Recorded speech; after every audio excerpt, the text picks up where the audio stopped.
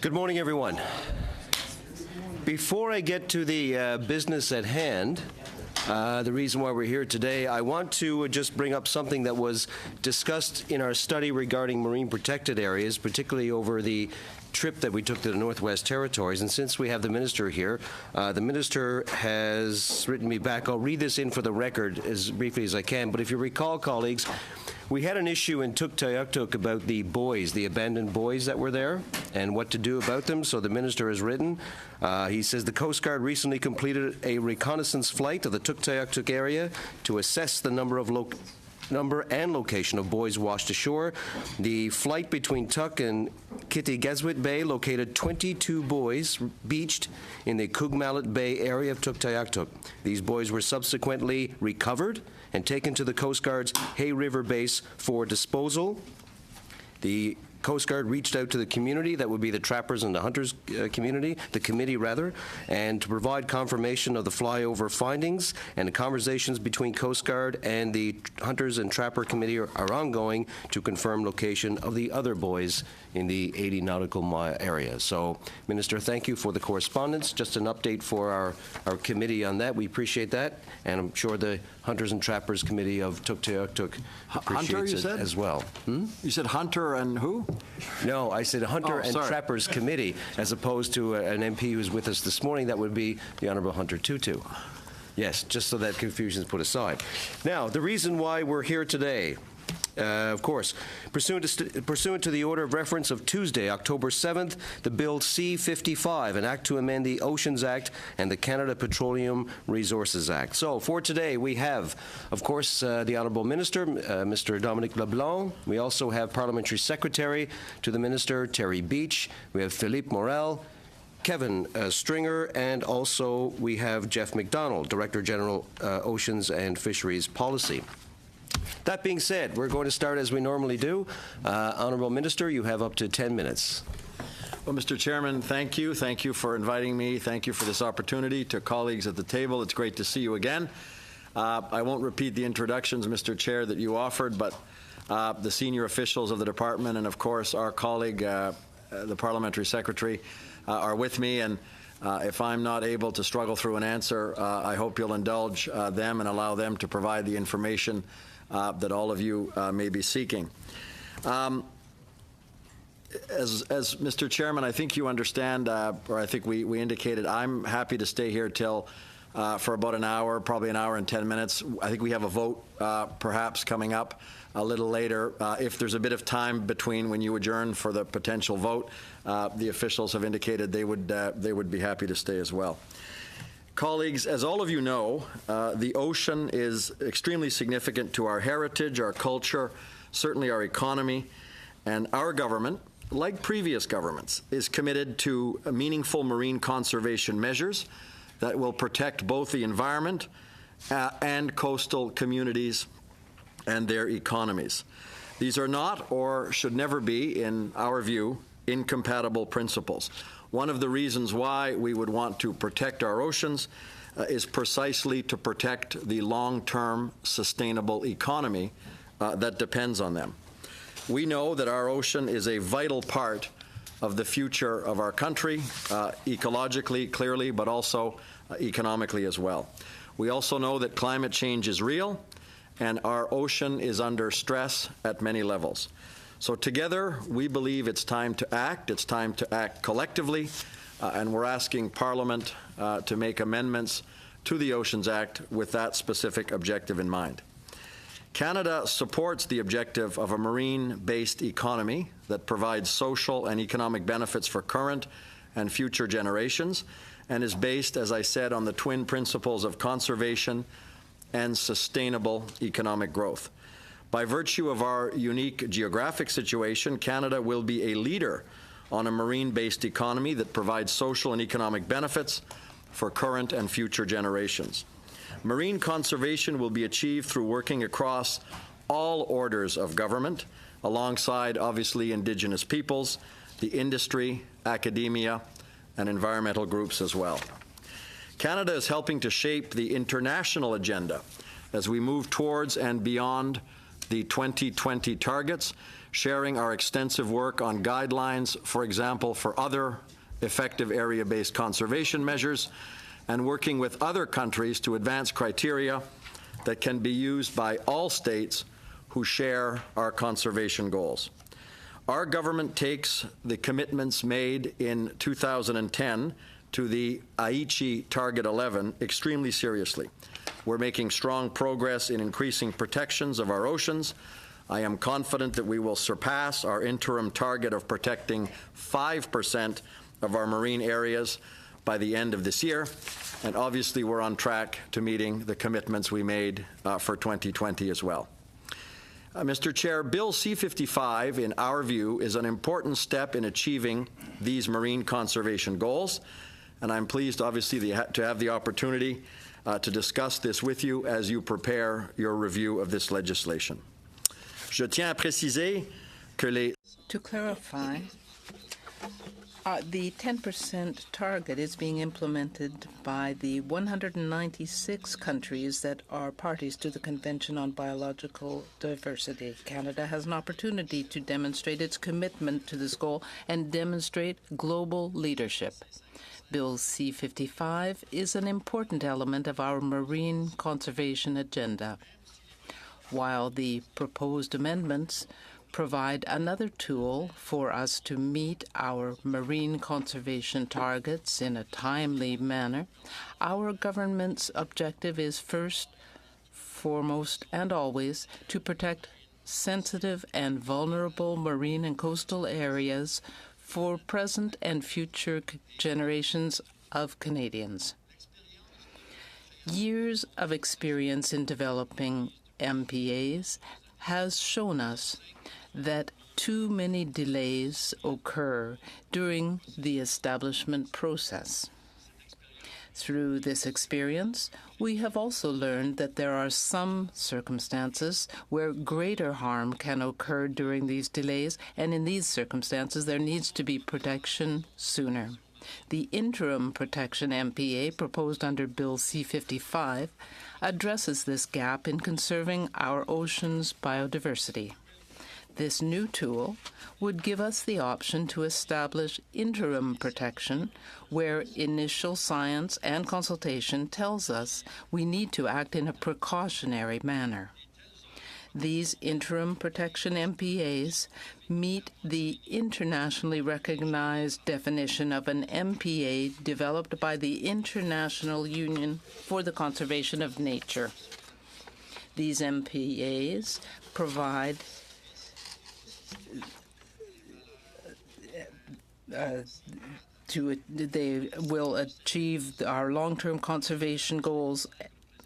Respecting this definition, Bill C-55 provides good policy by taking a precautionary approach and enabling interim protection while science and consultations continue to establish a permanent MPA. This new ministerial order will be formalized by publication in Canada Gazette, as you know. Mr. Speaker and Mr. Chairman, we know that there is wide interest in Canada for adopting protection standards across all MPAs. The inclusion of standards in the Oceans Act, such as core protection zones and prohibited activities found in national marine conservation areas, requires careful consideration of the need to balance ecological integrity with the sustainable use of our marine resources. As I announced at our Oceans Conference a few weeks ago, that was on October 5th, work is underway to establish a national advisory panel to provide this expert advice on protection standards for future MPAs.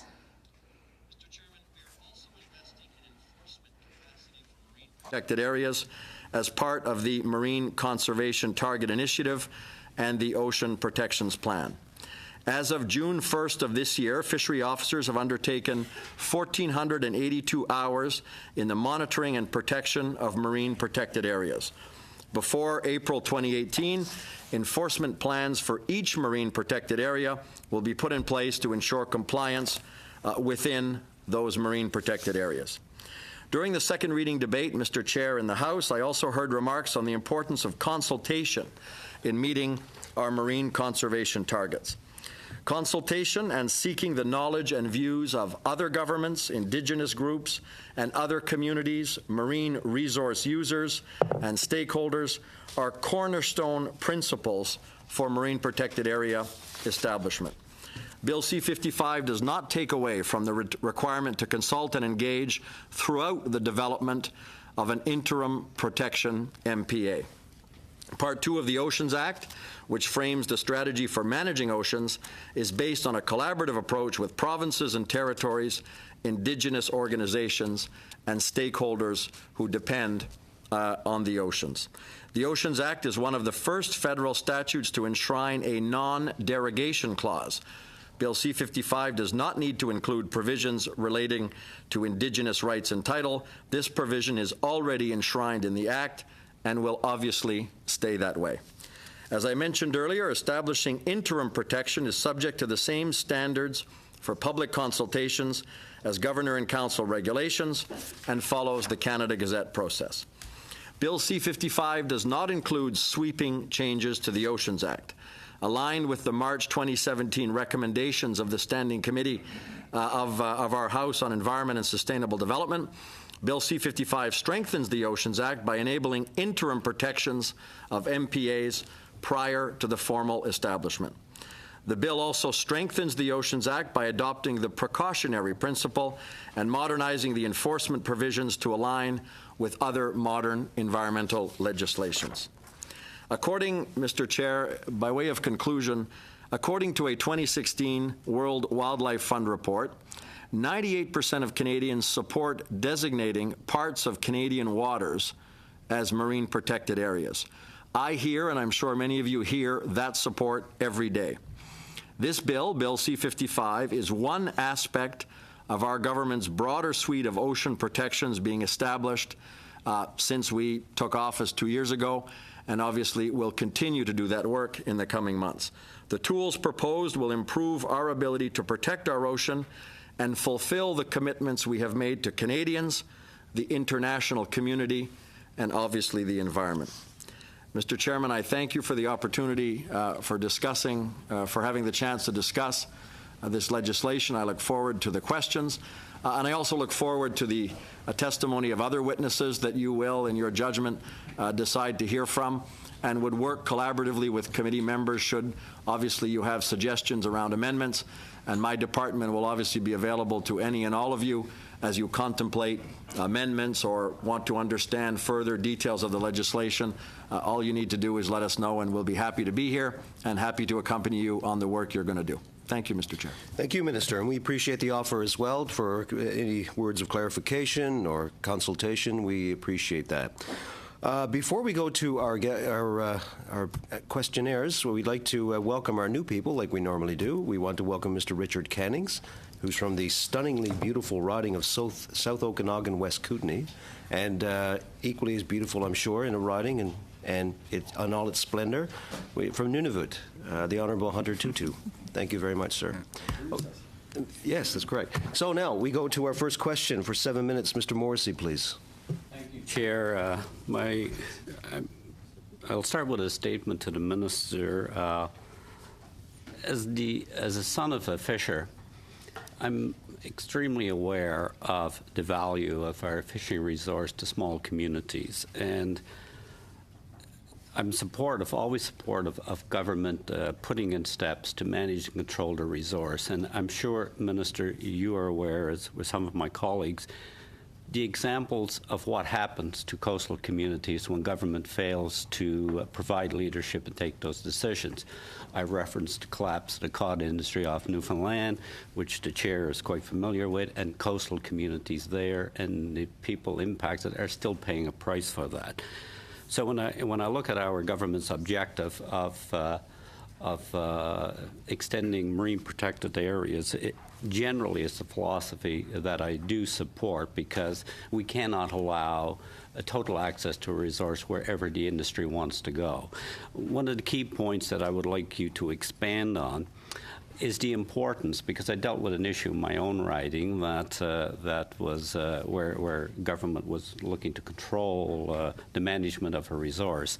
And when you looked at the signs, the key signs, the signs supported the direction that government was going, while the fishers themselves were opposed to it. So it's extremely important that we have, the department has ready available and detailed data when it comes to the science part of it. The science. The other part we heard from the fishing side is the ability to enforce the regulations that government put in place. The other part, so I would like you to speak on the ability of the department to better provide the scientific data as it manages the resource, as well as the protection of it. And finally is the importance of, we heard very clearly from our First Nations community, the important dialogue they had with Parks Canada on similar collaboration on marine protected areas, and the use of Parks Canada of using the traditional knowledge. And I would simply urge that you put a heavy emphasis on the traditional knowledge acquired by fishers when we're looking at expanding these protected areas. Could you expand on that? So thank you, Mr. Chair, and thank you, Mr. Morrissey, for your question. The chance to be in your province on Friday evening. I met with the PEI Fishermen's Federation on Friday in Charlottetown. And you're absolutely right. I heard from them the importance economically of a sustainable fishery in lobster principally, but in other species as well. The fishers in your district or in mine have had in recent years, I think, some economic success. They're proud of it, and they have had difficult years previously. And they talked to me about, exactly as you said, the importance of having the absolute best scientific information that the government can have when making management decisions. The importance also of sharing that scientific information in the most transparent and open way. It's one thing to have, and our department, as you know, has increased by a couple of $100 million, 135 permanent scientists and technicians across the country, many in the Gulf region, looking at some of the species that would be significant to your district and mine, but right across the country. We've hired these remarkable women and men. I've had the chance to meet many of them. I've urged them to speak publicly about their findings, to share with fishermen's organizations, with other industry groups, with the public, with universities, their concerns, their ideas. The more discussion we can have and the more, frankly, challenge of different views and opinions, I think the better decisions that governments and Parliament and others can make on these matters. So I totally share that view, and I think we can continue to do more. We've made a good start, but I hope it's not the end of our story. The ability to enforce, Mr. Morrissey, you're absolutely right. We can change the law. We can change regulations. If we don't have the internal capacity to apply those regulations and that law, over time it becomes désuet in French. It becomes sort of functus, I think might be the legal term in English. The fisheries officers, conservation and protection officers in my department, I heard this all summer, frankly, a lot when I was around all the coasts in our country. People want to see more fishery officers in communities, on the water. There's a whole bunch of positive reasons why these women and men provide an essential service, but also provide the enforcement that people reasonably expect of our government. Those services had been cut very considerably over the last number of years as the legislation, for example, the Fisheries Act, which your committee and Parliament may deal with in the coming months, as those acts had been changed, so too was the capacity to enforce. So I recognize we need to do both. We need to improve the legislation, but we need to reinvest in the women and men who can effectively and fairly apply the regulations that our Parliament adopts. And finally, Mr. Morrissey, you mentioned traditional knowledge. You're absolutely right. Indigenous groups talk to me about that often. They express it in terms of traditional Indigenous knowledge, which can and should form part of the scientific assessment that governments are required to make and that we would share transparently. But I also think we can incorporate the traditional knowledge of non-Indigenous fishers. So we tend to think of these issues, and they often get defined in the context of Indigenous peoples, and for good reason. But the fishers I talk to and that you would talk to and your family would have had, also have significant knowledge that should and can benefit scientists working in laboratories or on Coast Guard research vessels. So the more voices and the more experience we can add to the decisions, I think the better decisions that we can make. I'm going to pass my last time to my colleague from Nunavut. You're handing him 30 seconds. Thanks. That would be my fault. No. We're all at fault here. So here's what I'm going to do. Near the end, I will seek unanimous consent to allow Mr. Tutu to address or ask a question, if that is okay. The ruling is this. The standing order, our motion dictated that we divvy up the questions amongst the parties, not the independents. However, that doesn't preclude him from being involved. I have to seek unanimous consent to get around that order in order for Mr. Tutu to contribute. Mr. Miller, very quickly, please. I would suggest, Mr. Chairman, that we move on, give the 30 seconds that Mr. Morrissey had left, and maybe one of the other members across the way would give Mr. Tutu some time. I wouldn't have any problem with that. If I was to seek unanimous consent, I gather you would not be in favor. Well, I think there's a way to deal it with... I just told you the way, but I'm just wondering if you'd help me out. I'd like to have some questions, too. And, Sure. 30 seconds, Mr. Tutu. Thank you, Mr. Chairman. 30 seconds isn't enough time, but I look forward to more time, hopefully. Thank you, committee members, for giving me the chance, and thank you, Minister LeBlanc, for being here.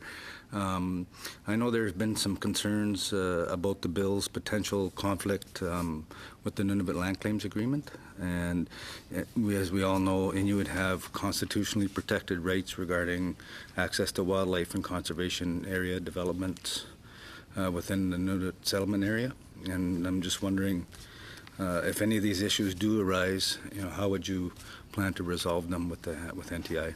Thank you, Mr. Chair. Mr. Chair, thank you, Mr. Tutu, for being here. We absolutely recognize the importance of respecting the land claims agreements. We've had considerable discussions as a department and a government with the government of Nunavut, with the Inuit people, with NTI. We'll continue those conversations. We're working now, for example, with NTI to develop an MOU that will clarify how the Oceans Act in Nunavut territory will be applied and commitments to the land claims agreement. Inuit communities and regional associations that you would know very well have identified areas of the ocean in Nunavut as potential MPAs. We're going to work closely with them, with the NTI, with the government of the territory to identify and prioritize these sites.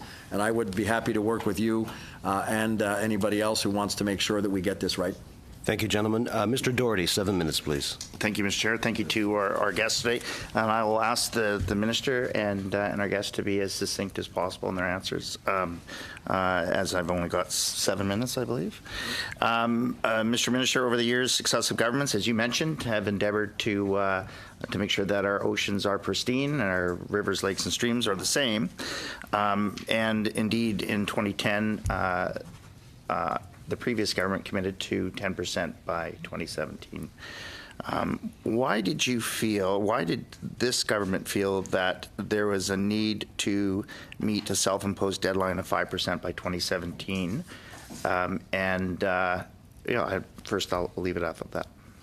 Sure. So thank you. And Mr. Doherty, thank you for your question. And I agree with you. I think protection of the oceans is something that previous governments, in plural sense, of all political stripes, have, for economic, cultural, environmental reasons, have recognized the importance. It was Mr. Harper's government that signed Canada on to the 2020 targets. You said 2015, the 10%. It's 2020. So 2020, but why did your government feel the need to fast track the percentage by 5% by the end of 2017?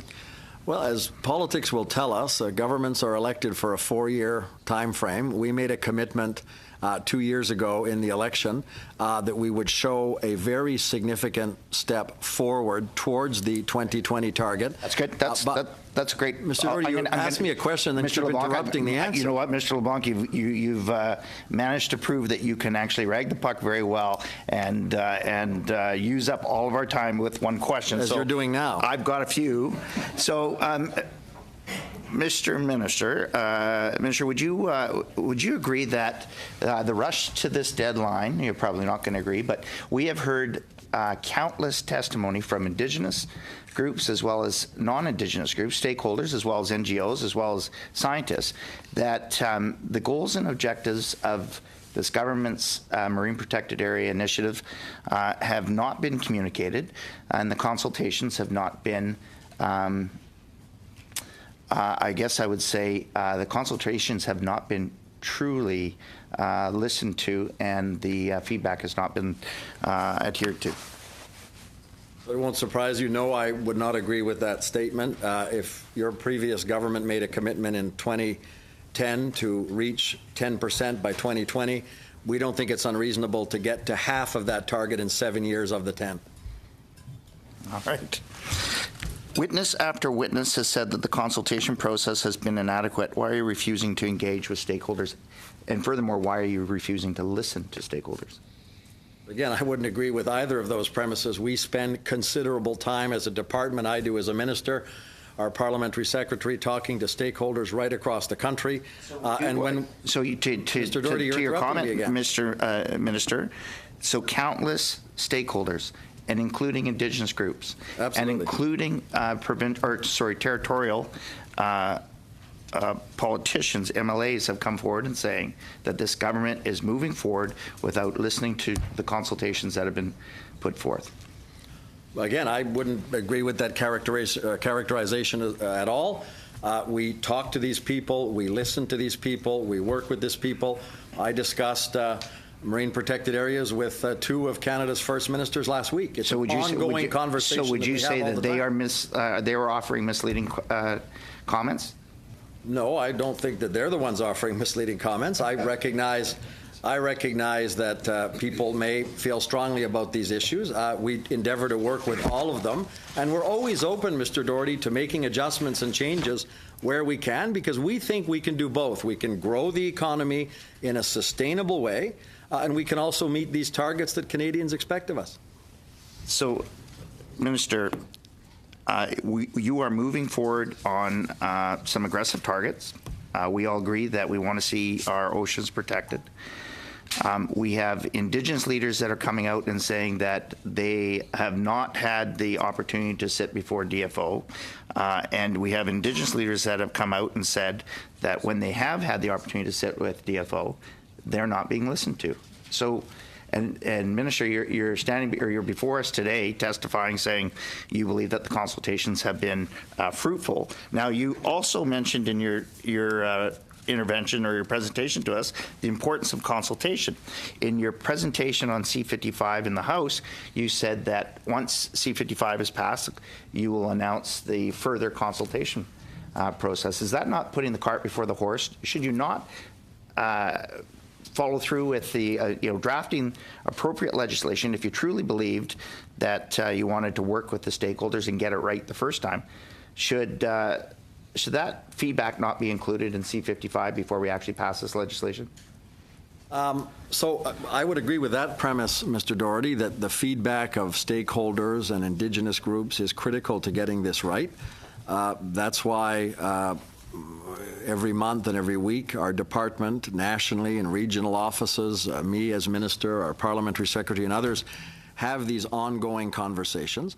I would remind you that nobody should be surprised that Canada is moving towards these targets. If 7 years ago a previous Conservative government signed Canada up to those targets, if 2 years ago we made a very formal commitment to Canadians in an election platform that's still on our party's website that we would get to 5% by the end of this year, if the Prime Minister made that public in a mandate letter to me, I think people know that we're serious, and they respect and appreciate that the government's serious. But in no way do I accept the false dichotomy that we can't meet those targets while at the same time working with and respecting the views of Indigenous. Would you say that your goals and objectives for your marine protected area, would you say that your goals and objectives of your marine protected area initiative has been clearly defined and communicated? Yes, I would. Time? 20 seconds. How much? 20 seconds. I'm good. Okay. Thank you, Mr. Doherty. Mr. Cannings, 7 minutes, please. Well, thank you, Mr. Minister, for being here this morning and your comments. You know, I think of marine protected areas, and perhaps I'm mistaken, as kind of the marine version of national parks and their conservation goals to preserve ecological integrity and biodiversity, endangered species. And so I'm just wondering, to start with, would you agree that, you know, there are some activities that just shouldn't happen in these protected areas as they wouldn't happen on land, and things like, I'm thinking of, you know, petroleum and mineral exploration, wind farms, tidal power, open net pen aquaculture, bottom trawling, waste dumping. I mean, would you agree that those just should be prohibited from MPAs? Thank you, Mr. Cannings, for the question, and thank you for describing what I think, the way that I think a lot of Canadians, when they talk to me, think of marine protected areas. They think of them sort of as national parks in the ocean. So it's a way, the support for national parks, as we know, is extraordinary across the country. It's a way that many Canadians understand the concept of a marine protected area, so I don't disagree with that characterization at all. I share your view, and this is my own personal view, I've said it publicly, that we should get to minimum standards in marine protected areas. I obviously have considerable concern around creating future marine protected areas and having an oil and gas industry operate in those particular areas. I understand that Canadians properly ask whether that's the appropriate concept of a marine protected area.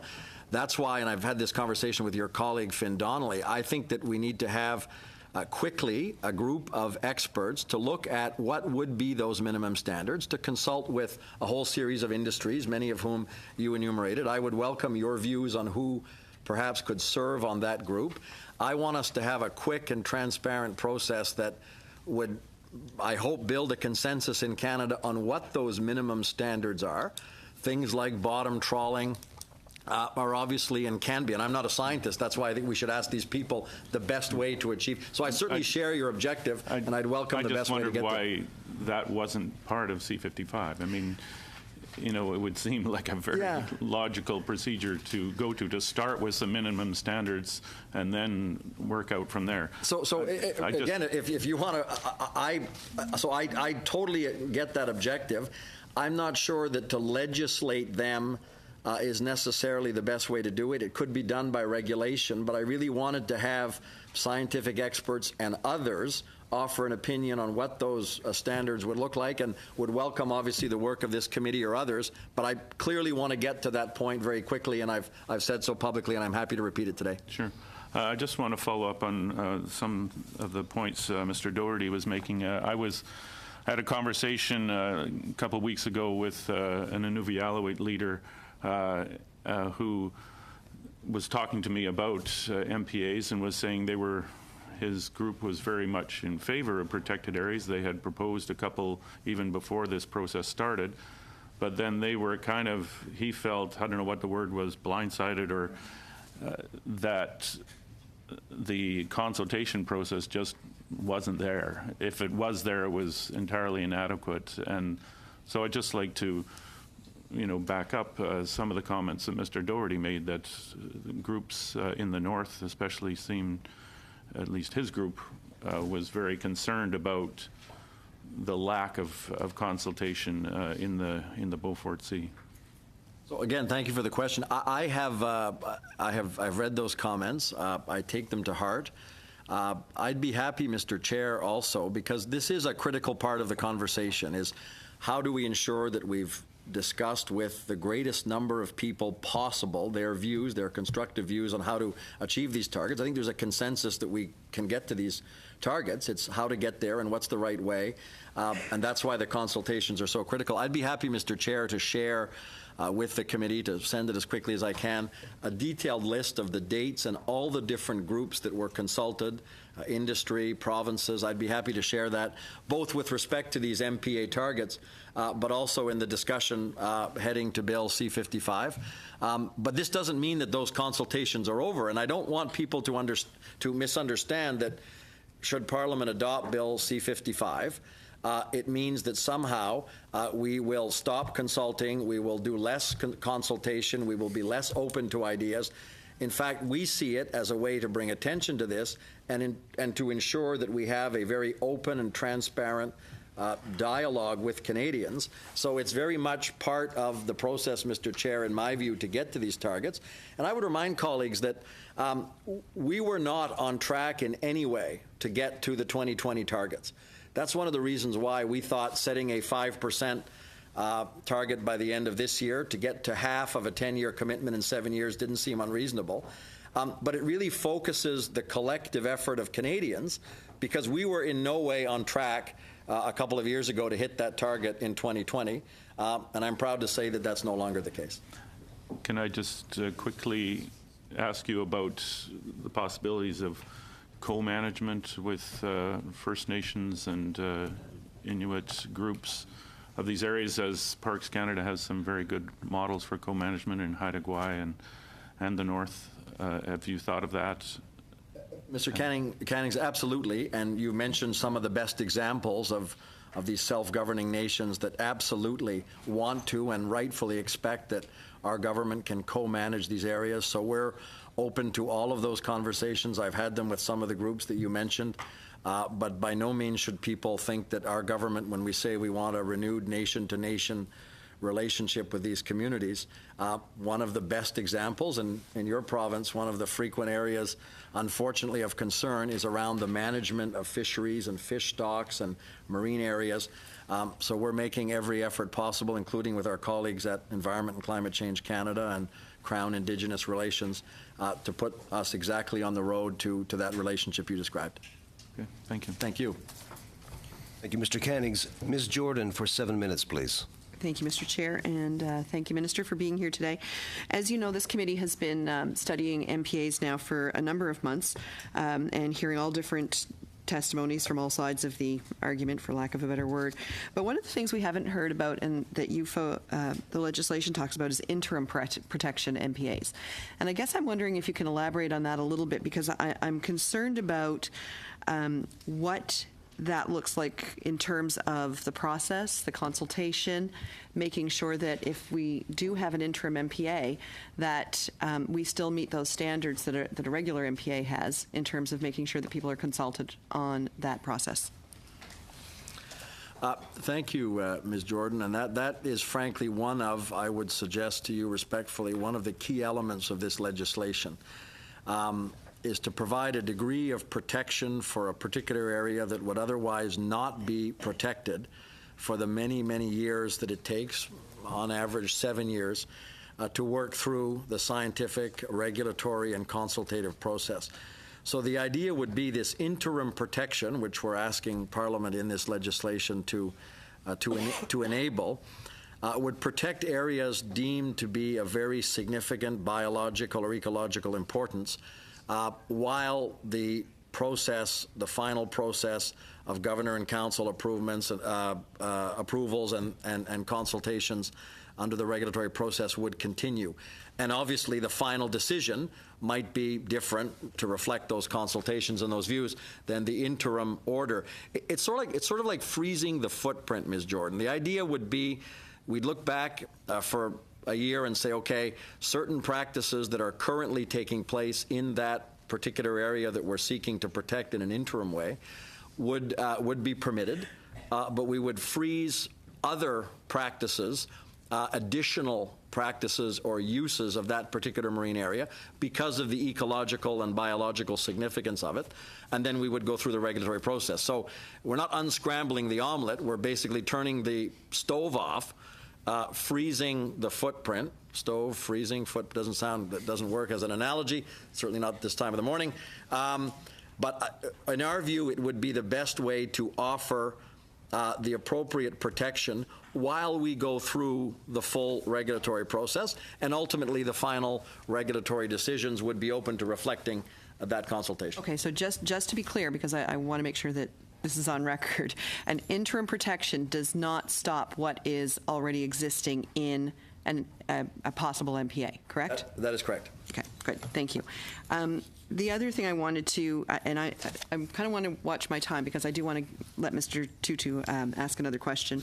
The other question I have is with regards to enforcement. And one of the things that we've heard time and time again in this study is that why bother doing this if there isn't going to be adequate enforcement? Now, I know that Mr. Morrissey brought that forward, but, we talked to, people hold up the UK as a standard in MPAs, but when we had witnesses from the UK, they actually said, yeah, it's great that we've got these, but nobody monitors them, nobody watches them.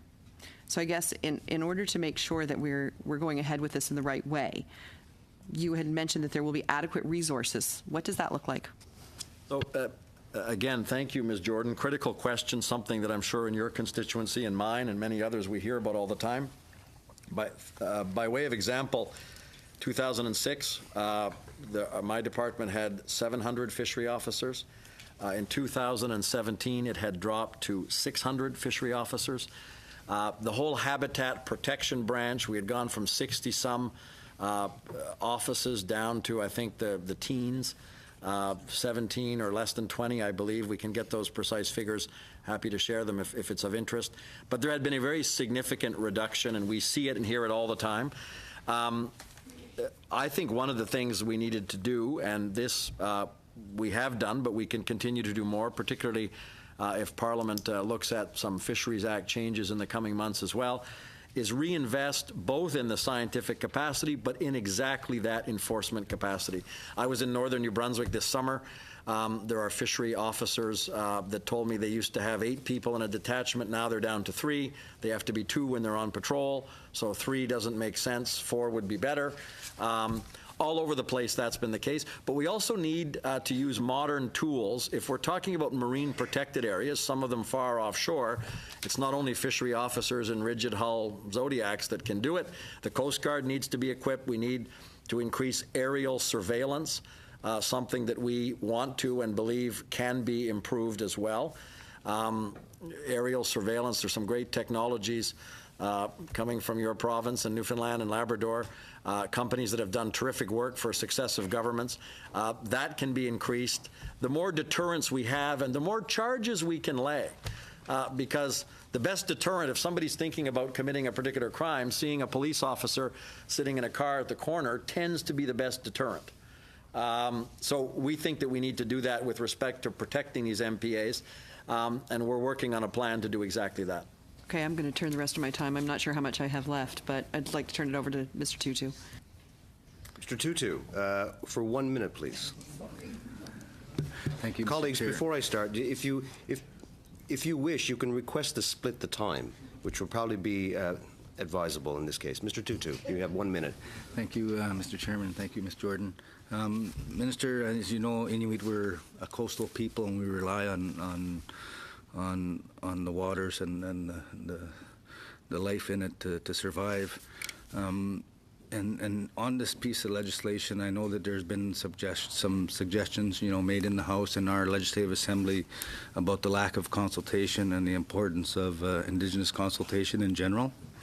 Although I'm confident that appropriate consultations will take place, the government of Nunavut is concerned with the interim protection provision of the Act. From their perspective, any decision made without consultation, without consulting the government of Nunavut, could potentially have a drastic impact on future devolution talks and economic benefits from which Nunavut will benefit.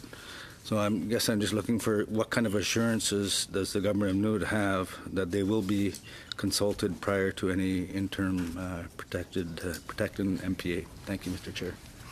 Thank you, Mr. Chair, and thank you, Mr. Tutu. I can assure you, and through you, the government of your territory, that we intend to continue those conversations in a robust way. As you know, our government recognizes the rights of Inuit to access wildlife, knows it's essential for the food security and maintaining the traditions of Inuit people. We've been in regular dialogue, and you are a constructive part of a lot of this discussion with Inuit leaders, with the government of the territory, with the NTI, obviously, to ensure that the planning and establishment of future marine protected areas under the Oceans Act is consistent with the treaty obligations, including negotiations of Inuit impact benefit agreements. The draft land use plan, with which you're obviously very familiar, calls for many parts of the ocean in the Nunavut settlement area to be protected. So our commitment is to work Minister, I'm with the gonna have to territorial ask you to government. wrap it up there. Territorial government and all others to ensure we're applying the right tools in the right areas. Thank you very much. Mr. Arnold, 5 minutes, please. Thank you, Mr. Chair, and thank the Minister and Deputy Minister and staff for being here today. It's good to see you. We haven't seen you as much as we'd like at this committee, so it's good to have you here. I put forward the motion for this committee to study MPAs back in December of 2016. We began the study early in the year. June of 2016, the Oceans Act was, or Bill C-55 was introduced. I'm thinking that we both saw red flags or warning signs, but for different reasons. I was concerned when I saw the mandate letters of two ministries that we would try and reach a target of 5% by 2017, or that you were committing to reach a target of 5% and 10% by 2020.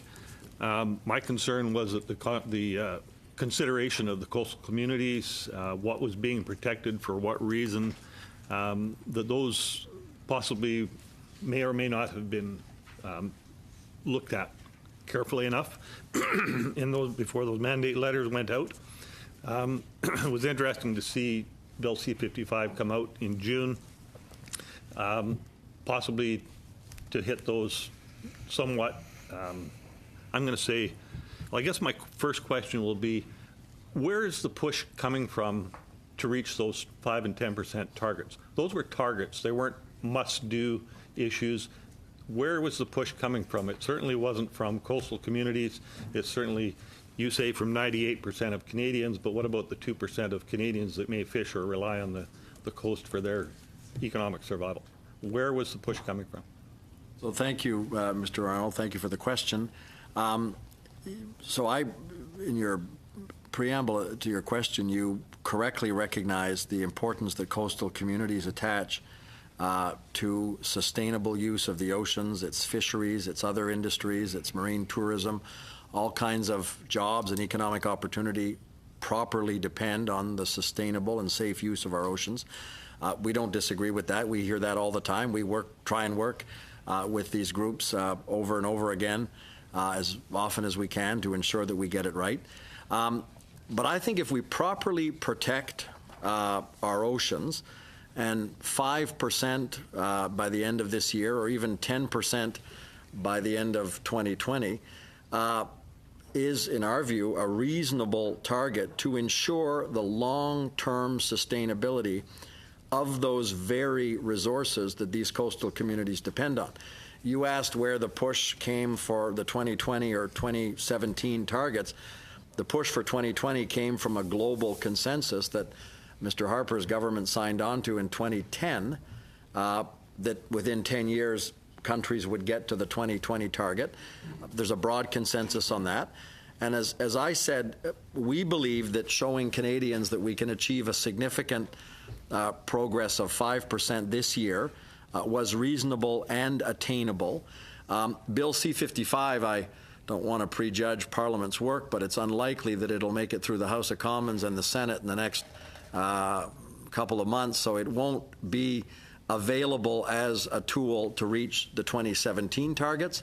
But we think that if this legislation is passed, it'll be critical to getting the country to the 2020 10% target, and that's why we're asking Parliament to consider this. Thank you very much. That leads me to my next question. Right now, we're sitting somewhere around the 3% mark, or just over 3%. We've got 40%. We have to increase that amount by 40% in the next 2 months. Do you still expect to be able to achieve that 5%? That's going to take some rather significant announcements. We've heard continuously from coastal communities that we've visited and had in for witnesses that they haven't been consulted. The so-called consultation sessions have been information sessions where they are not able to ask questions or get answers. So how are you going to reach those that 5% in the next 2 months, and where, and have those communities been consulted? So the answer is yes, we believe those communities have been consulted. I would respectfully disagree with your characterization of the consultations as information. Any notes in my books from the last few months of witness testimony that say they have not been consulted? But I wouldn't think that a consultation session that we would set up on something as important as this should be characterized as an information session. We share the information that the government has, and we ask people for their input and their feedback, and we take that obviously into consideration as we move forward. You asked about the 5% target. I think and believe we can be at that 5% target by the end of this year.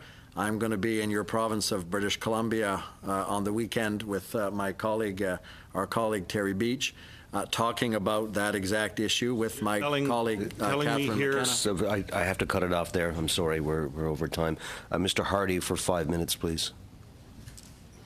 We'll start with, okay, it goes on by itself. Yes, don't touch.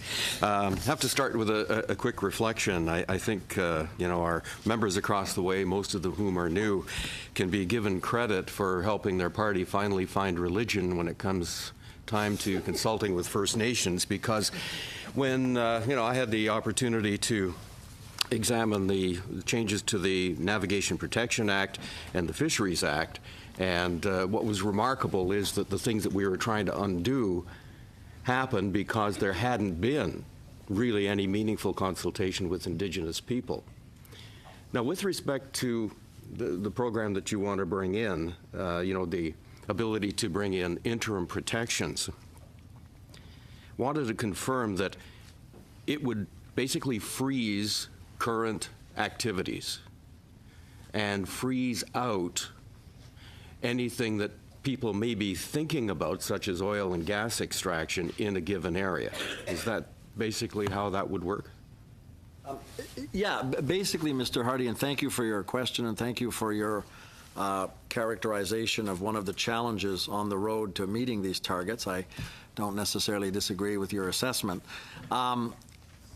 The idea of freezing the footprint is to say that, and this would be based obviously on scientific advice, on consultations with communities, with provinces and territories, but it would give us as a government, and it would give future governments the opportunity to say, in a very sensitive biological or ecological area where there is reason to think that the lack of protection could lead, let's take examples of endangered species. Let's take some of the iconic southern resident killer whales, the North Atlantic right whales. Canadians are deeply concerned for very, very understandable reasons about those kind of issues. So if in a particular area it was determined that it was a critical feeding area for southern resident killer whales, for example, is there a way to provide an interim protection for something as important to Canadians as protecting and helping recover that iconic species? These would give us the tools to do that. What it would say is that if we freeze the footprint, existing practices, things that had been lawfully and properly taking place in the previous year, would be allowed to continue for the 5 years, for example, of the interim protection. But in the interim, further erosion or accelerated or continued erosion by introducing new practices or new human activities would be frozen, pending the consultation and the work that the final regulatory process would enact. What would be the trigger? I mean, you say that you become aware of a sensitive area. What would actually trigger a move by a minister to come in and establish on an interim basis a protected area?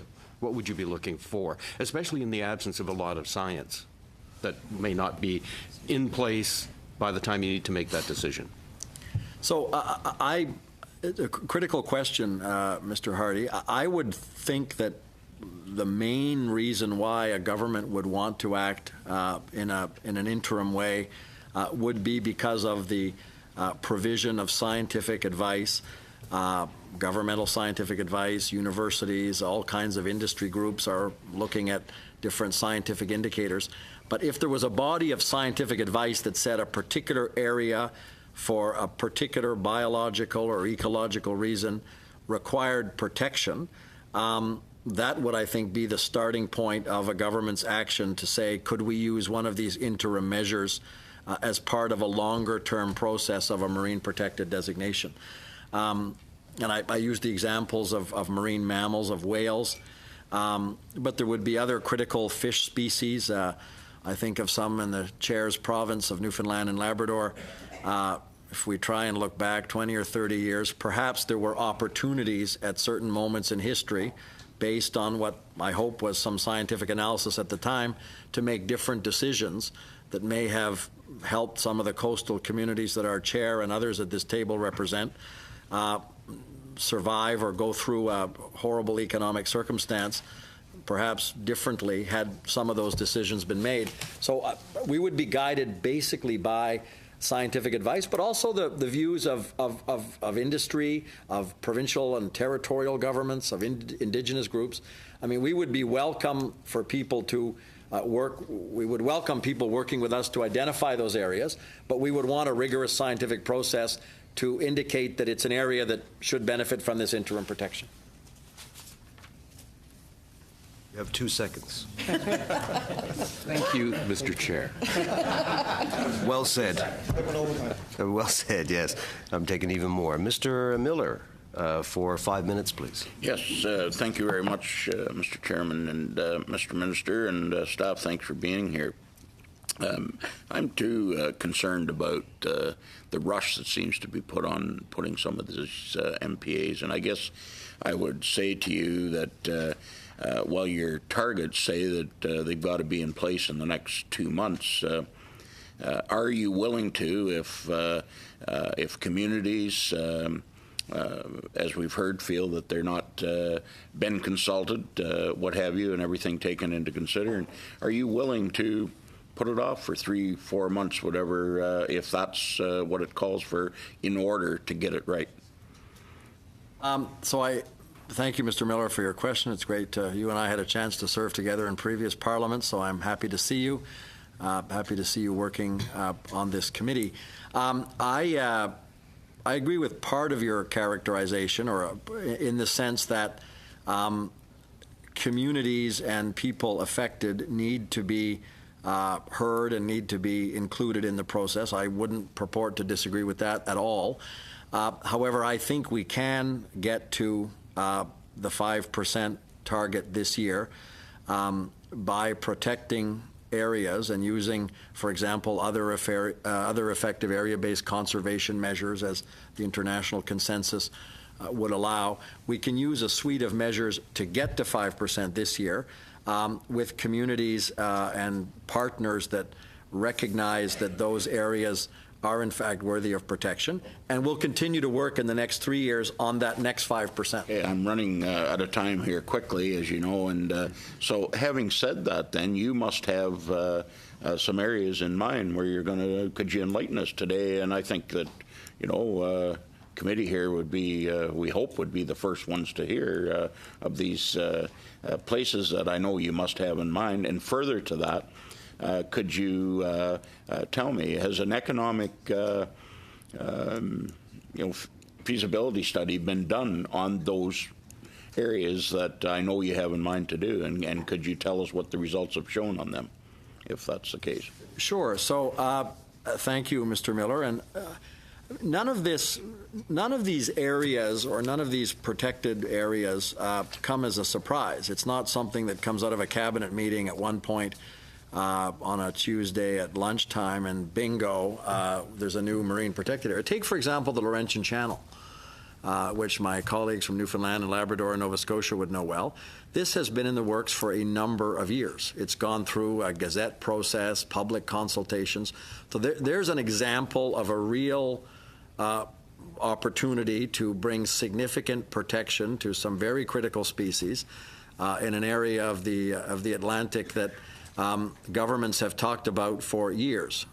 So when I had a chat... You're about to announce then? Is that what you're saying? It's not announcing it in the sense that it has been announced as an area of interest and gone through a regulatory process for a number of years. So there are many that governments, successive governments, have been working on very publicly and transparently for a long time.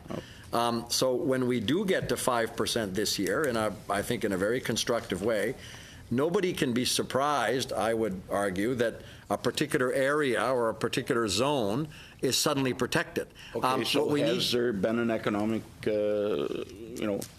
study done on that for the? There's obviously going to be impacts. some definitely negative. So has there been that kind of study done on there? And if so, what are the results of that particular area that you just mentioned?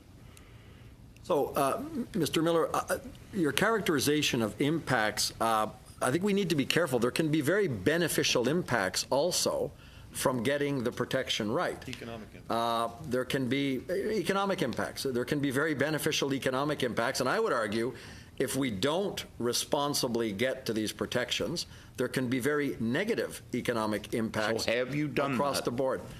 Mr. Miller, we continue as a government to work with stakeholders and provinces and understand the economic impacts of all of these decisions. Laurentian Channel was one that I mentioned and that you picked up on. I had a conversation with Premier Ball of Newfoundland and Labrador when he was in Ottawa a couple of weeks ago on exactly that. And the conversation, we set, for example, in a particular fishery, a total allowable catch based on scientific advice.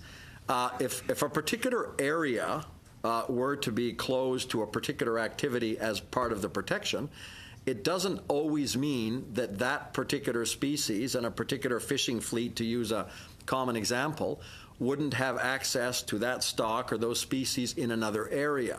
So it's not, nobody's slamming the door on economic opportunities. I would argue if we don't get this right, we're potentially closing the door on long-term sustainable economic benefits. And that's why I over asked time. that question, Mr. Minister. And with all due respect, I'm getting the very distinct feeling that that work hasn't been done. And in order to get it right, as you seem to be intent on doing, and I have no problem with you getting it right, but if you haven't did that economic impact study, how can you get it right, is all that I'm saying. But Mr. Miller, we would not purport to make these important decisions, obviously, that would affect coastal communities without understanding the economic and environmental impacts. So I want to be careful that we don't leave a characterization that we're proceeding in particular areas or around particular marine protected areas without understanding and discussing the economic impacts that a particular decision would have with those that would be affected. Thank you, Mr. Chair. Thank you, Minister. Provide Thank you, that Mr. Miller. Sorry, I just wondered if he could provide that study to the committee, Mr. Chair. in both official languages, Mr. Minister, are you able to provide that information that was requested? Sure, we'd be happy to share. that with the committee, Mr. Chair. Okay, thank you, Minister. Thank you very much. We appreciate you being here, both you and Mr. Beach, and of course, Mr. Morrell, Mr. Stringer, Mr. McDonald. Of course, you're sticking around, albeit not a long time, but nevertheless, I suppose we could do one round. Not a long time. It could be a good time, no? That opens so many doors, Mr. Minister. I probably should leave it at that. I'm going to say thank you again, and we're going to break for just a minute or so, just so that we can set up for the next round. Thank you again.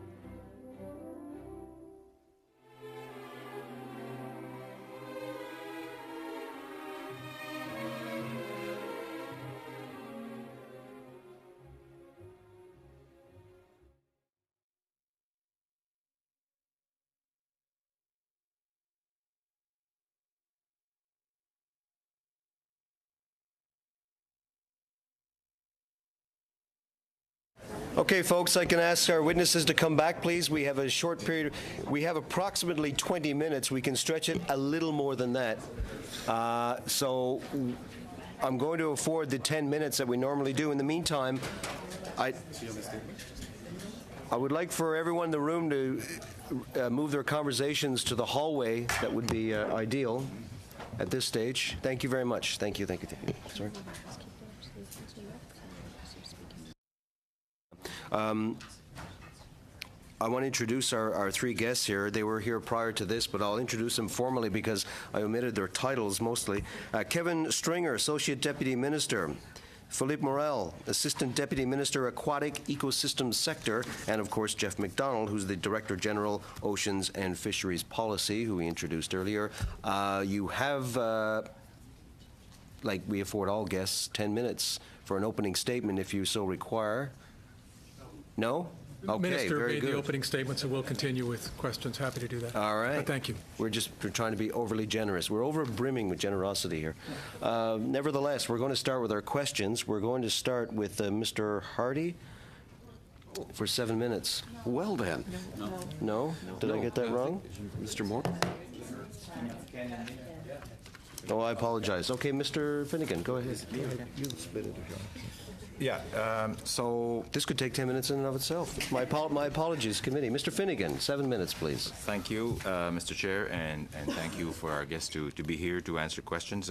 Some of them I would have liked the Minister to answer, but of course the time is limited.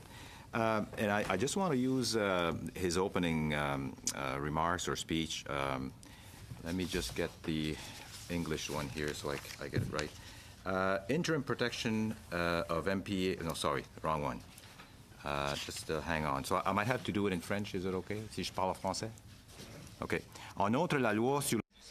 Among other things, this bill is the first to contain a non-derogation clause. Bill C-55 does not need to include provisions relating to Indigenous rights and titles. This provision is already enshrined in the Act and will stay that way. So can we understand from that there is no change with respect to Indigenous communities? Can you elaborate on that? Point 1 of the Oceans Act says that nothing in this act may abrogate or derogate from Aboriginal rights or language to that effect. I think this was one of the first in Canadian legislation that actually included that. So that is already there. With respect to some of the Indigenous groups, we are working on MOUs with them to ensure that their specific rights are addressed in terms of how we move forward, but that general consideration is already in the Oceans Act from 1997. Okay, thank you. Also, when we're talking interim protection, I just want to have an idea exactly what, how broad that can be. So could that be applied in an emergency situation, for instance, and not necessarily to that, the deaths of all the whales that we've had this summer? Could an MPA be suddenly applied there, or is there other parts of the Act that would come in, or is there a benefit in doing that? So I think there's a suite of tools that you could apply in that circumstance. As you know, we've already taken a number of measures when it comes to whales, but certainly this is one you could do. And this is the reason, a big reason for wanting the interim protection. We now know from 20 years experience that it takes around 7 years to do a full MPA, because we have to do the economic analysis, because we have to do the consultations, because it's so very important to do all of that. But some groups, ourselves included, have said, we can't wait that long. Let's at least provide some interim protection, something that we can do in quick order by ministerial order while we're going through the broader consultation, economic analysis, et cetera. In other words, if there's something we know needs protection in the short term, let's give ourselves the tool to provide at least interim protection so that nothing else happens while we're working these things out. So it is one such tool, but there are many other tools under the Fisheries Act and under our other legislation to be able to do that. Species at Risk Act as well has an emergency protection order possibility. So this does give one additional tool that you could provide short-term protection. Okay, thank you. Sometimes it's a bit confusing, like you have the Parks Canada, you have, is there an overlap, and how would MPA go inland, for instance? Is that, where would the overlap be, and you know, who would have, so for instance, talking about the Miramichi, whatever happens there eventually flows into the ocean. How, if ever there's an MPA in that area, how would that affect the... Really good question. There's many, many different tools that we have for conservation. With respect to specific marine conservation areas, I'll just list a couple. We're talking about the Oceans Act, which establishes marine protected areas. The purpose for that is to protect ecologically and biologically significant areas. So species that need protection, corals and sponges, habitat, etc. The National Marine Conservation Area, which is Parks Canada, their objective is to establish 29 representative national marine conservation areas. Some people call them national parks. Okay, Environment Canada has specific authorities to be able to establish national wildlife areas, and those can be done in marine areas as well. One of our objectives, and it's in this proposed legislative change, is MPA networks, Marine Protected Area Networks, to be able to effectively bring all of those conservation measures together that are done by the different jurisdictions, by the provinces and territories, by Indigenous groups, and by others, so that we can actually, now that we've got a number of these, to have MPA networks on the eastern Scotian Shelf, on the northern north part of BC, to be able to make sure that we're effectively applying all of those measures together, identifying the gaps and filling those gaps with the most appropriate measures. It is a complex thing. You've got Bill C-55, which does two things. One, it's MPAs, which is a big, big part of this. And the second is it's enabling us to move forward on marine protected area networks, which brings all of the players together to ensure that we are connecting all the tools.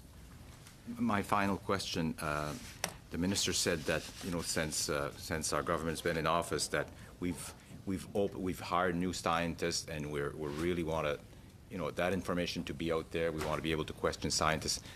I think some of the people on board haven't gotten the message, because we still have a hard time when we request information or meetings with that. I don't know if it's the political wall or what it is, but.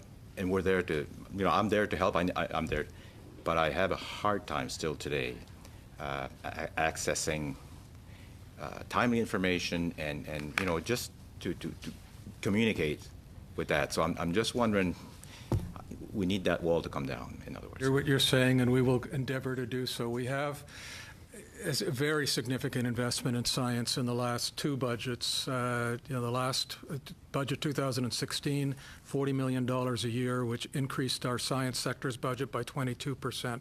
But in terms of making sure that that information is available, we have taken important steps to be able to do that. Here you're saying we need to do more, and we will do that. Thank you. Thank you, Mr. Chair. Thank you, gentlemen. Given the time, folks, we know we're anticipating votes to be called in 10 minutes, of course. That's just the 30-minute bells. That light you're seeing right now signifies the House is just opening, but they will go off again in 10 minutes. I think what we'll do is we'll do one round. It's 3 questions. That's all we'll have time for as the bells ring. I'm going to say this in advance, however. I'm probably overstepping my boundaries, but I'm going to ask that our 3 witnesses, or at least representation from DFO, to return to this committee. Because I think it's very important. We're dealing with some very important legislation, as it all is, I'm sure. But nevertheless, just one round of questions to our experts here from DFO, I don't think really will suffice. I'm seeing agreement around the board, and we'd like to invite you back again for at least one more round. Probably not a full hour, but nevertheless, towards the end of our witness segment of this, so that we can talk to them again, okay? Right. In the meantime, or whenever. It's up to you when, but I'm just saying we should. Mr. Doherty, 7 minutes, please. Thank you. Thank you to our guests. Mr. Stringer, can you, I want to go further on Mr. Finnegan's question in terms of, I believe, mentioned inland, other protective measures. Is it your testimony today that inland fishery closures would also contribute to marine protected area plans? I don't think inland would contribute to the 10% targets, but we do link up the oceans protection with inland protection as well, particularly in the coastal zone. And the Fisheries Act measures, so the Fisheries Act deals generally more with inland, oceans dealing with ocean. Right. We do need to make sure that those are linked up as well. Do the two groups talk, Department of Fisheries and Oceans talk? Do they share information back and forth collaboratively? Because I believe our colleagues on the during the testimony last week and the road trip last week heard that really time and again that the two groups, there seems to be a disconnect. So I think, well, the answer is yes. If you're talking about the people responsible for inland protection in our department and the people responsible for oceans protection, they are part of the same sector. Okay. We do ensure that they work together and continue to have, it continues to be a challenge to make sure that everybody's connected. They have different tools, but we're committed to making sure there is comprehensive protection and those groups working together. So Bill C-55 empowers the ministers of Indigenous Affairs and Indigenous and Northern Affairs, ministers of Natural Resources, as well as the Minister of Fisheries, Oceans, Canadian Coast Guard, each of them to be able to immediately step in and designate areas or have influence on areas in terms of interim protection. Can you give an example as to how the Minister of Indigenous and Northern Affairs or the Minister of Natural Resources would, and perhaps some suggestions or criteria as to what would allow them to step in to designate an area, marine protected area? So I think it's our minister that would be able to designate the marine protected area. The authorities for NRCan minister and the, I guess it's now CERNA minister, Crown Indigenous. They had the authorities to stop activities. That's correct. Correct. Is that without consultation or immediately? I think it's associated with, it requires a regulatory process. The regulatory process requires that there be consultation and that there be a RIAS, which is an assessment of the economic impact. Right? Hang on, Jeff's going to add to this. I would just say in the normal development of marine protected areas, we work with Natural Resources Canada and INAC, especially with regard to resource assessments. Okay. So that's part of the process prior to the establishment of an area of interest. In terms of interim protection areas and then marine protected areas, no-take, areas that are designated no-take, are they 100% no-take? So we've got different tools. Right now, there's no requirement for no-take. There's no requirement in the MPA. Minister spoke to establishing a panel to talk about standards. There have been some people who have said, you know what, we think there should be a standard with respect to oil and gas or with respect to various elements or what percentage you need to protect or what management standards, et cetera. But right now there is in the Fisheries Act, in the Oceans Act, for the MPAs, there's no requirement for no-take. In the National Marine Conservation Area legislation, there is a certain percentage of it needs to be no-take, but it doesn't say what that percentage is. So in testimony, we've heard First Nations and non-First Nations groups. As a matter of fact, our colleague, Mr. Morrissey, brought up a great point earlier this week, that we have non-First Nations and First Nations that have lived side by side for generations. Both would be, both consider themselves to be traditional. This is their traditional livelihoods. I appreciate this is a delicate subject, but I know that we are getting inundated with letters, and I would assume our colleagues are getting inundated with letters and comments. How do you assure that both sides are being weighted favorably, and so that our traditional fishers, both non and First Nations, have the opportunities afforded to them to continue? I think We have to do it through process, and it is a challenge as the process is moving along. But we need to ensure we've got regular processes where we engage, and we have our own protocols in terms of consultation where we engage with Indigenous groups, but we also engage with local fishers and local fisheries groups. There is traditional knowledge and traditional ecological knowledge or Indigenous knowledge that we take into consideration that needs to be considered seriously, but there is also local knowledge from people who have fished in an area for generations that also needs to be taken into account. Remaining time over to Mr. Arnold, please. Thank you, Mr. Chair and Mr. Doherty. Earlier this morning, we heard the minister refer to the belief or perception that a marine protected area is basically a national park in the ocean. Similar beliefs between, in the public that a national park, the same issues or the same parameters apply over a marine protected area. National parks are basically no touch, no take, no wildlife management, totally hands off, even for park staff. How do you propose to manage MPAs under the same parameters when we have issues such as burgeoning seal populations that are impacting other fish stocks in and outside of the MPAs, striped bass populations that are basically exploding in certain areas? How do you propose to manage within the MPAs if the public's vision is an MPA is a national park on the water? So it's partly why it takes, on average, 7 years to do a marine protected area. It is a hugely complex ecosystem.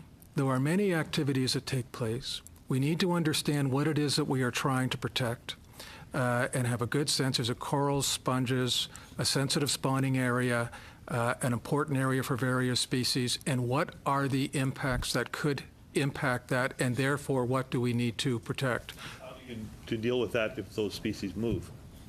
And that's, MPAs can be established and MPAs can be changed. It's a regulatory process, okay? But we've generally sought to identify areas that we believe are going to be important, corals and sponges, okay?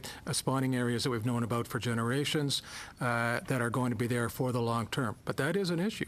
And so we've got to make sure we've got a suite of tools to be able to deal with areas that changing distribution of species as well. Thank you, Mr. Stringer. Now, just pointed, the bells have just begun to ring, and Mr. Canning, I guess 7 minutes.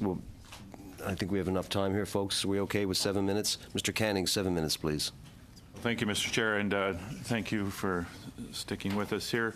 I'll just ask one question of Mr. Stringer, whoever wants to answer it, and that is just picking up on this idea of minimum standards that I asked the minister about earlier. The concept that MPAs, we're setting these aside for biodiversity conservation to protect endangered species. So I think everybody would agree there has to be some minimum standards, or why bother doing it? And one of those exclusions, I think, that if you walked up on the street and talked to anyone, they would agree you would have to exclude is bottom trawling, which is, would be like going into a national park with a bulldozer and just removing everything from the forest or wherever. And yet we have very small no-take zones in existing MPAs. Scientists tell us that, at least 75% of an MPA should probably be a no-take zone. We have evidence from around the world that a lot of the MPAs, can't be distinguished from fished areas because they're so poorly managed. So I'm just wondering, why aren't there these minimum standards put into C-55? I'm not talking about things that we need to decide. These are egregious, there might be some resource uses that we could use, but I think everybody would agree with something like bottom trawling should be excluded from a marine protected area, or why are we doing this in the first place? So I just want to know, what is your plans around that? What would it take to do that? what, we've heard a lot about enforcement. There's, I think, a lot of questions around that about why we're not setting these minimum standards right off the top. Thank you for the question. And the issue of minimum standards, the minister spoke to it in terms of it's become an issue as we've moved forward with a focus on the 5% target and then the 10% target. As we've done that, we've realized exactly what you've raised, and it has been raised by environmental groups and others for the last 20 years. Standards need to be in there. Interestingly, in the international forum, the minister was at the UN. He was at the Convention on Biological Diversity annual meeting last year. He was in Malta. The discussion around marine protected areas is becoming a little bit less, or not less, because the focus continues to be on percentage, 5%, 10%, getting beyond that, et cetera, but more on effectiveness and more of a focus on monitoring, evaluation, and standards. And so that is something that, as the minister has said, that we need to take a look at. So having a group take a look at that, do we already have some tools to address standards in the Oceans Act? We probably do. Is it something that, it's up to the committee and Parliament to decide whether it should be in there? But it is certainly something that ministers taken seriously, we're taking seriously, and what are appropriate standards. It's complex, so we do think it's going to take some time to take a look at, but that panel can't be a long period of time because we do need to make sure that we're addressing those as we're establishing new marine protected areas. Okay, thank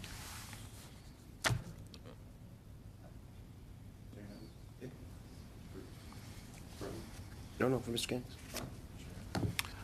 Okay, just one further question then, and that is about the advisory panel that's being set up. I'm just wondering what kind of legal force would that advice be? I used to sit on CSIWIC, which had, in the Species at Risk Act, there was language around the advice from CSIWIC. I'm just wondering if this advisory panel would have a similar role. I think, and it's still to be determined, but my sense is, and correct if I'm wrong here, Jeff and Philippe, that this is an advisory panel to advise the minister of what we should be doing on standards.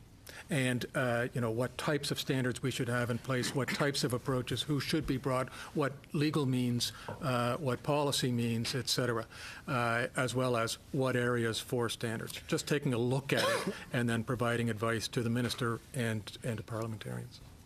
Right? Yeah, the authority in the Oceans Act is under Section 33, which envisions consultations broadly, and it includes the opportunity to seek advice from experts on this particular matter. Okay, so it's not envisioning an advisory body that would say in this marine protected area you should have so much no-take zone here. And I think it would look more broadly at standards, and it may speak to here's what we think should happen with respect to no-take zones generally, and well, here's what the science advice says. Here's what we think we should say that standards should be with respect to this or this type of extractive activity. Here's what timelines should be as well. I mean, so there's a number of different types of standards that they can take a look at. Jeff, anything else on it?